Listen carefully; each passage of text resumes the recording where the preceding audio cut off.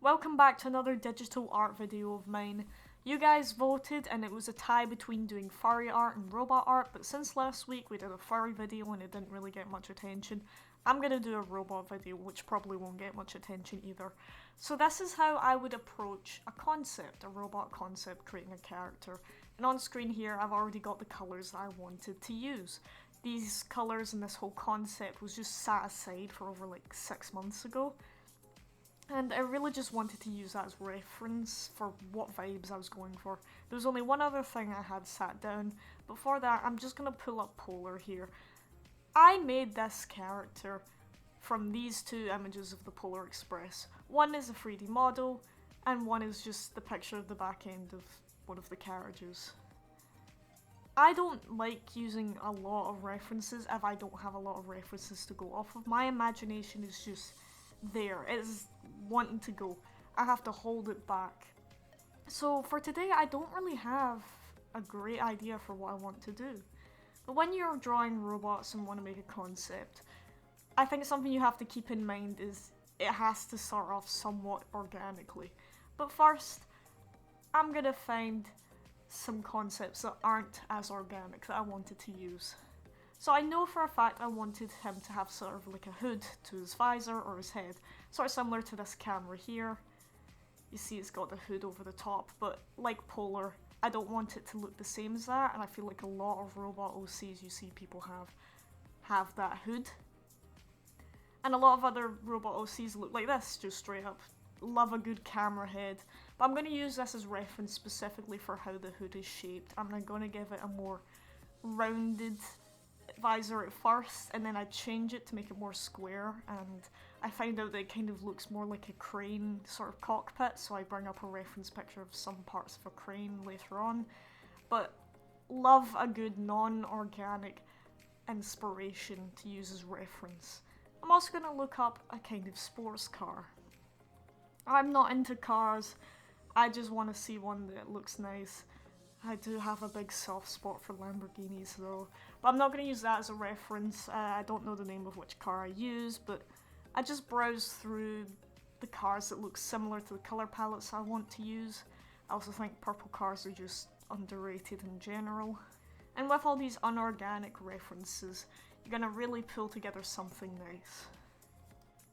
This is the car I picked, no clue what car it is.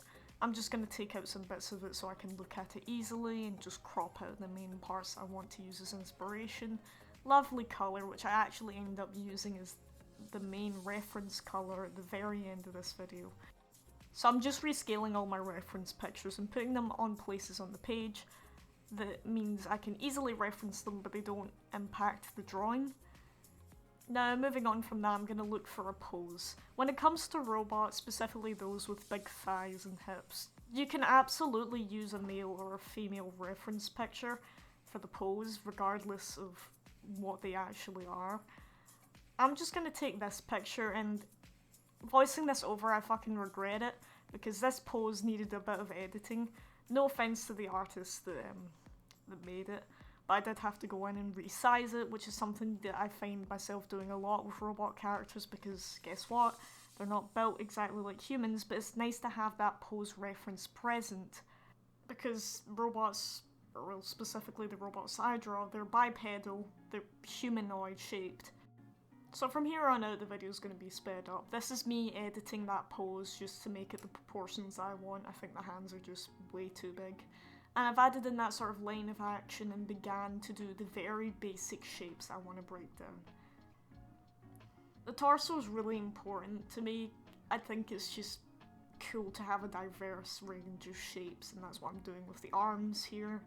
I'm keeping everything that I've drawn previously in mind, and that's really hard to do, so you might even want to bring up images of characters that you've referenced or drew before to make sure you're not doing that.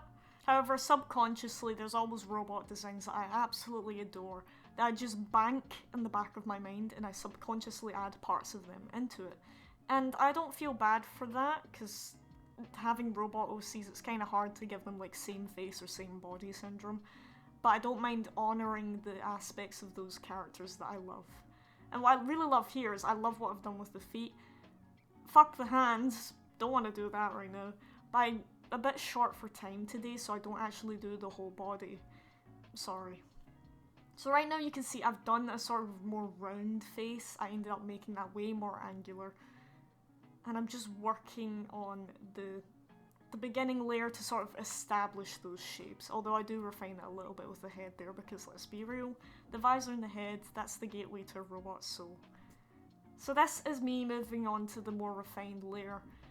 When I say this is concept art, this isn't the way that concept artists would make a character. This is what I would call a backburner concept. A concept that I go back to in like 3 months and finish off. It is there, it's not in the front of my mind, it's on the back burner. So I'm refining it so I have a better idea coming back to it, what I want to do. And I wanted to show that in this video.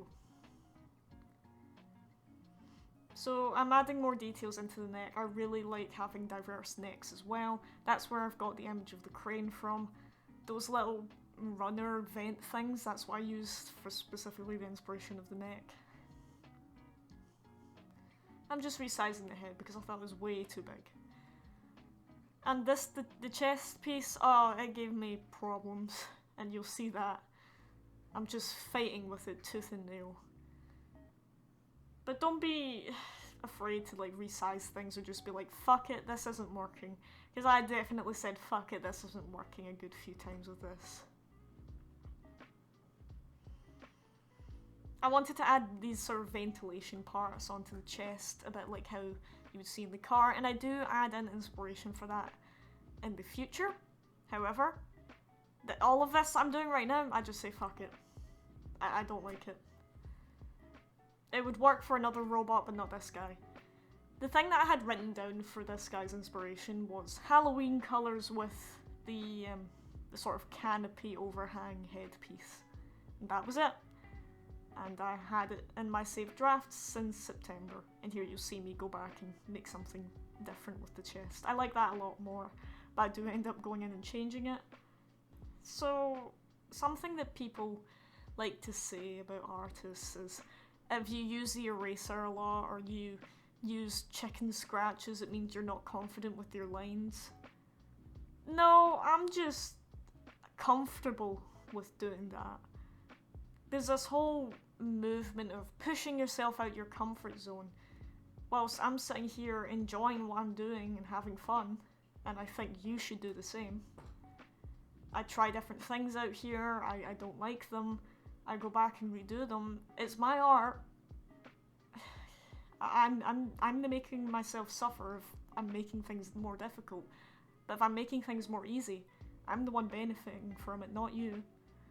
I don't like that whole step out of your comfort zone thing. And there you can see me trying to add in a little bit of Saber influence. But ultimately I didn't like how it looked, and I thought it was taking away from the initial head vibe, which I then sort of add on to with the arms, whilst keeping that smoothness of the car. Anyway, I'm comfortable with my art.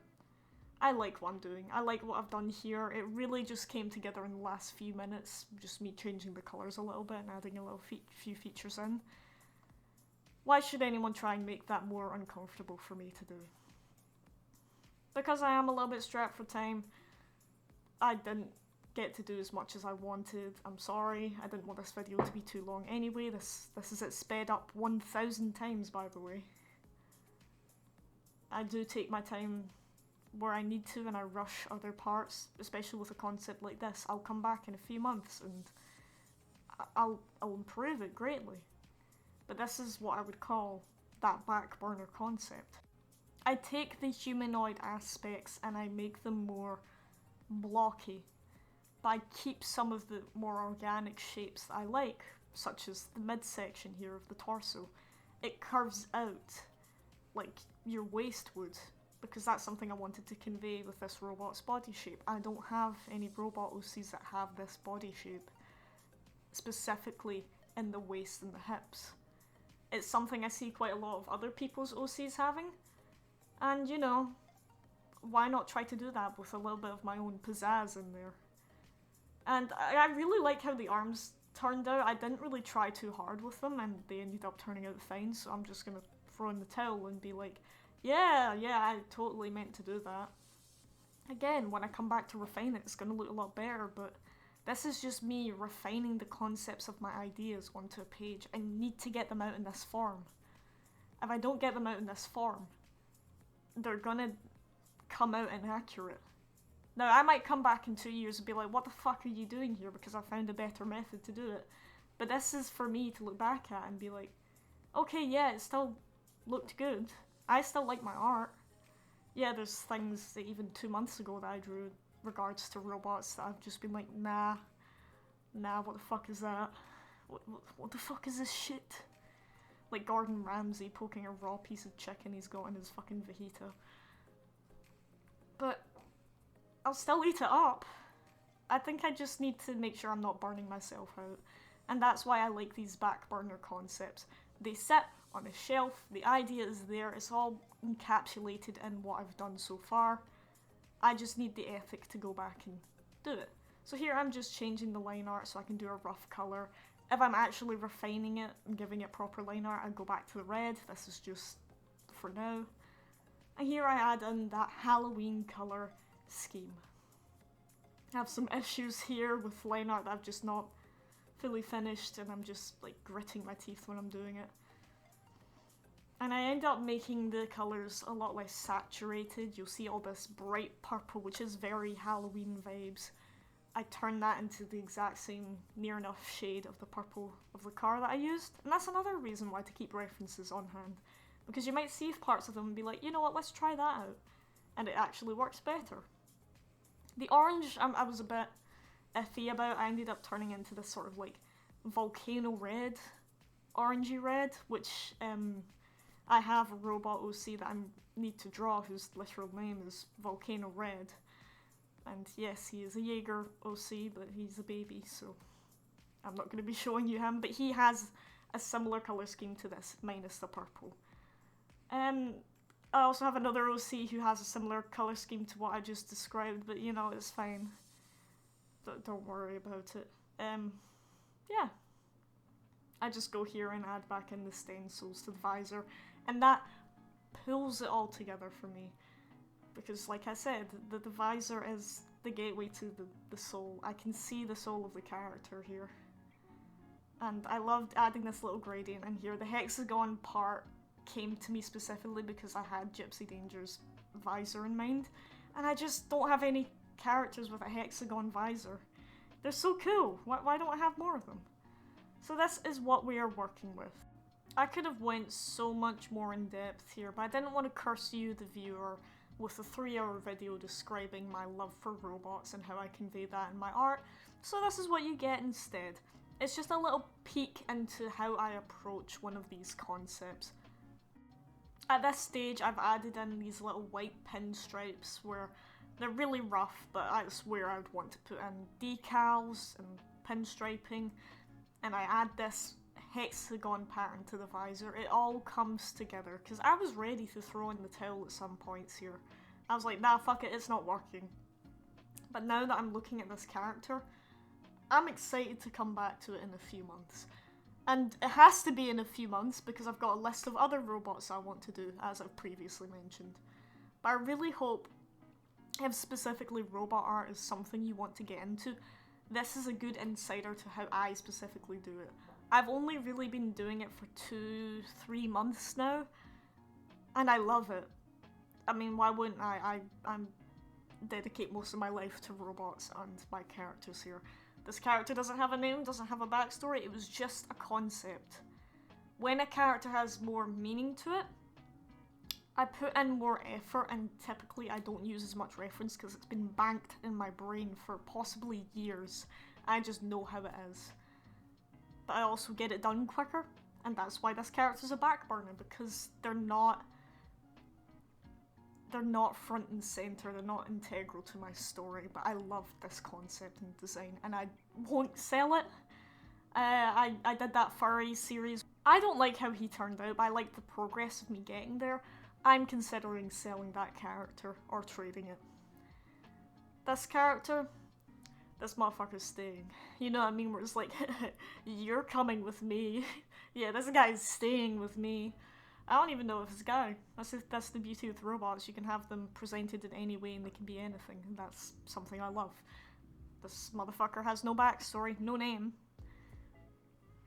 We'll just see how it goes. Another robot for me to finish off drawing. Yay! It's not like I've got like 30 or 40 of them that haven't been drawn yet.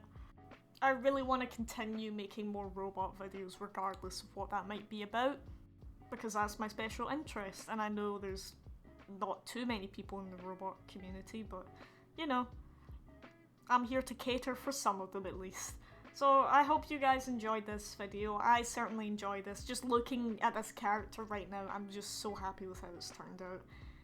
If you found this useful in any way for your own robot art or art in general, please let me know. Or even if you just found this interesting, let me know. I want to hear about it.